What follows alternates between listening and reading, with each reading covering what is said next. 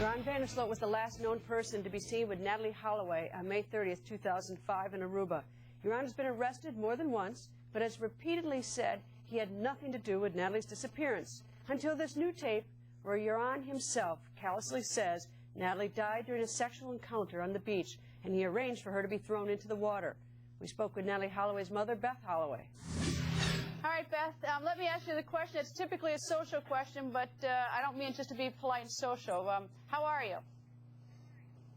Well, actually, Greta, you know, I just have taken a lot of peace and comfort in finally knowing what happened. It's just validation of the fight, and it feels good, Greta. It does. It feels good.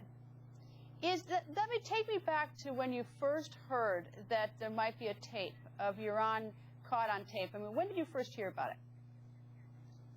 Ooh, Peter DeVries had called me, well, I guess it was probably about a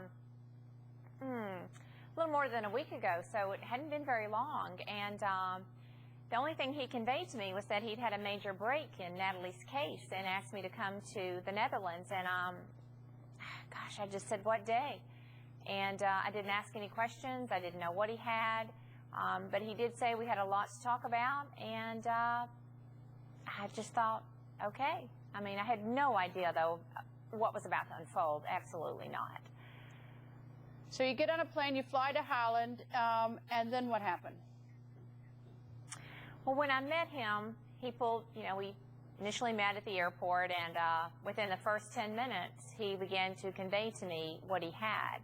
And he began telling me some of the things that Ron had admitted to during this taped session with Patrick. And you know, when you're hearing it, some of the things that I was hearing, of course, the first thing that struck me when Peter was telling me, and there were some camera crews around, and Peter began to disclose to me how Ron described Natalee's condition, the shaking, and I tell you, Greta, I mean, I had to ask everyone to leave the room. I wanted everyone out. I couldn't believe it, because I mean, it was so stunning. It was so stunning that I was hearing these words that Ron was saying, because 2.5 years ago, gosh, Greta, within 48 hours of Natalee's disappearance, 48 hours, the lead detective, Dennis Jacobs, come to me in the Buvali police station and says, does Natalee have a history of epilepsy or seizures? And I thought, no. Why are you asking that? And they did it repeatedly to Jug, and when I was hearing that, it just felt like it brought everything full circle of what we had been fighting for. Do you think if the Aruban police asked that question within 48 hours of Natalee disappeared, and now we hear it on the tape with Ron 2.5 or 3.5 years later, whatever it is by now, do you think the Aruban police heard him say that? Or do you think he told that to the Aruban police that night when they talked to him? I have absolutely no doubt that the only reason why that question was asked of us was they had a confession or an admission of this from Ron Vandersloot himself. So definitely, there is no way that we can tie what Ron said, you know, no way that we cannot tie what Ron said during that taped interview to what was asked of us from Dennis Jacobs within 48 hours. Absolutely. Absolutely, they knew.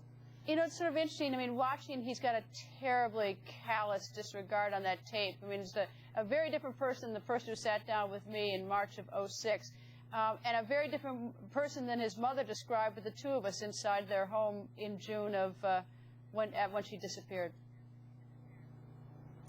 Well, what was so striking to me is when I was watching Ron on the tape, it was like the first time that I had seen that side of Ron since the night that I met him on the island. And over the 2.5 years, I saw Ron that's not the Ron that met me that night in front of the Holiday Inn Hotel. That wasn't the same man. And when I began watching the tape, I was like, there he is. There's the Ron that I met that night at the Holiday Inn, standing outside. That's the one that I knew. I remember when we sat in the Vandersloot home with Mrs. Vandersloot, I think, maybe correct me if I'm wrong, did we discuss with Anita and Paulus about what we had heard that Ron had, that he had a bad temper or something, or actually there'd been some issue in the family?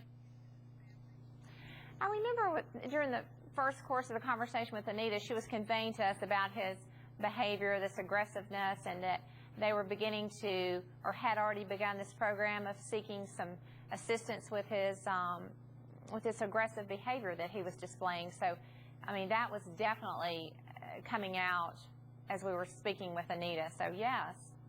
Have you now seen, have you seen the complete tape with the complete translation? Ooh, well, I think there was a total of like 20 hours, I'm guessing. So, no, I have not seen all that, no. And I might not even be correct about the number of hours that Peter DeVries was able to secure. But, you know, I have seen more than what was aired, of course, on ABC when I was in the Netherlands. They played a little different clips there, so each one was a little different. Now, in the tape, he says that that she was shaking, that something happened, that she fell unconscious, and that he later summoned someone to get rid of her. Do you think he was completely truthful, or do you think he murdered her? Well, I have to look back on as, you know, Yaron is a 17-year-old boy and in no way can make a determination whether a young woman is alive or not. So I would have to go with that Natalee was alive. She could have very well been in a coma, and he disposed of her body alive. But there's no way we can go back and find out if she was alive or not, Greta. Absolutely, we can never recapture that, never. Do you think she was in a coma or shaking or whatever her condition was because of her own drinking, or do you think that she'd been slipped something? I think absolutely she'd been slipped something, Greta. Absolutely. Coming up, those chilling words straight from Yaron's mouth are extremely important now. We'll explain why next when Natalee's stepfather, Jug Twitty, goes on the record. And later, you may be surprised, but Natalee's parents still have hope. What may be their last hope lies in something called persistence. We'll tell you why later.